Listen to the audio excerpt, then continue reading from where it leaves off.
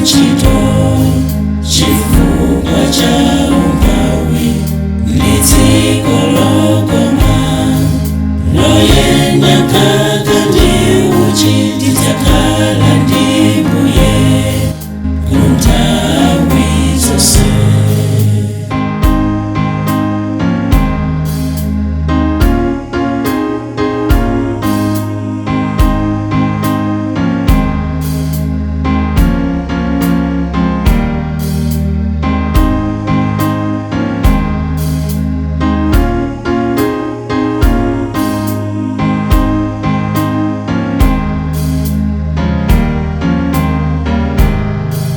Monga nkhosa yosochera yosowa thandizo ndayenda dziko likusowa chochita Yesu nandigula tsono ndine wakuyera ndasambitsidwa ndi mwazi wa mwana wankhosa kulibe kuchoka kupita dziko lina kukagwira ntchito chifukwa cha umphawi ndi dziko lokoma loyenda mkaka ndi uchi tidzakhala ndi Mbuye ku nthawi zonse.